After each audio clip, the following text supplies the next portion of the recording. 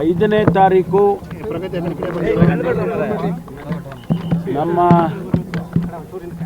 ನಾಯಕರಾದಂಥ ರಾಹುಲ್ ಗಾಂಧಿಯವರು ಬೆಂಗಳೂರಿಗೆ ಬರ್ತಾ ಇದ್ದಾರೆ.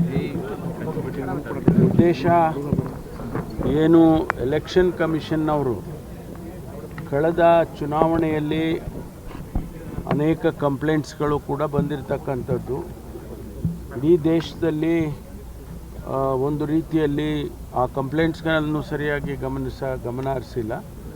ಜೊತೆಗೆ ಸಾಕಷ್ಟು ಮ್ಯಾನಿಪುಲೇಷನ್ ಆಗಿದೆ. ವೋಟರ್ ಲಿಸ್ಟಿಂದ ಬಿಟ್ಟಿರತಕ್ಕಂಥದ್ದು ಮತ್ತು ವೋಟರ್ ಲಿಸ್ಟಿಗೆ ಸೇರಿಸುವಂಥದ್ದು, ಇದೆಲ್ಲವನ್ನು ಕೂಡ ಭಾಳ ಅತಿ ಹೆಚ್ಚಿನ ಪ್ರಮಾಣದಲ್ಲಿ ಇಡೀ ದೇಶದಲ್ಲಾಗಿದೆ ಅಂತೇಳಿ ಅವರು ಪ್ರೊಟೆಸ್ಟ್ ಮಾಡ್ತಾ ಇದ್ದಾರೆ.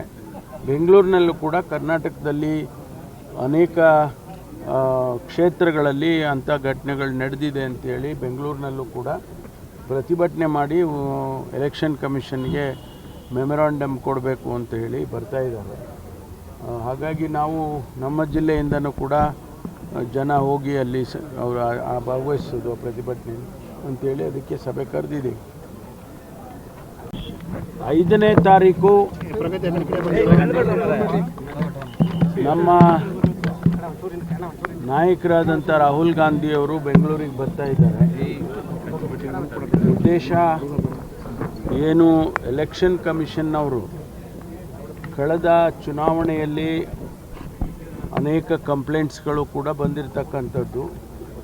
ಇಡೀ ದೇಶದಲ್ಲಿ ಒಂದು ರೀತಿಯಲ್ಲಿ ಆ ಕಂಪ್ಲೇಂಟ್ಸ್ಗಳನ್ನು ಸರಿಯಾಗಿ ಗಮನ ಹರಿಸಿಲ್ಲ. ಜೊತೆಗೆ ಸಾಕಷ್ಟು ಮ್ಯಾನಿಪುಲೇಷನ್ ಆಗಿದೆ. ವೋಟರ್ ಲಿಸ್ಟಿಂದ ಬಿಟ್ಟಿರತಕ್ಕಂಥದ್ದು ಮತ್ತು ವೋಟರ್ ಲಿಸ್ಟಿಗೆ ಸೇರಿಸುವಂಥದ್ದು, ಇದೆಲ್ಲವನ್ನು ಕೂಡ ಭಾಳ ಅತಿ ಹೆಚ್ಚಿನ ಪ್ರಮಾಣದಲ್ಲಿ ಇಡೀ ದೇಶದಲ್ಲಾಗಿದೆ ಅಂತೇಳಿ ಅವರು ಪ್ರೊಟೆಸ್ಟ್ ಮಾಡ್ತಾ ಇದ್ದಾರೆ. ಬೆಂಗಳೂರಿನಲ್ಲೂ ಕೂಡ ಕರ್ನಾಟಕದಲ್ಲಿ ಅನೇಕ ಕ್ಷೇತ್ರಗಳಲ್ಲಿ ಅಂಥ ಘಟನೆಗಳು ನಡೆದಿದೆ ಅಂತೇಳಿ ಬೆಂಗಳೂರಿನಲ್ಲೂ ಕೂಡ ಪ್ರತಿಭಟನೆ ಮಾಡಿ ಎಲೆಕ್ಷನ್ ಕಮಿಷನ್ಗೆ ಮೆಮೊರಾಂಡಮ್ ಕೊಡಬೇಕು ಅಂತ ಹೇಳಿ ಬರ್ತಾ ಇದ್ದಾರೆ.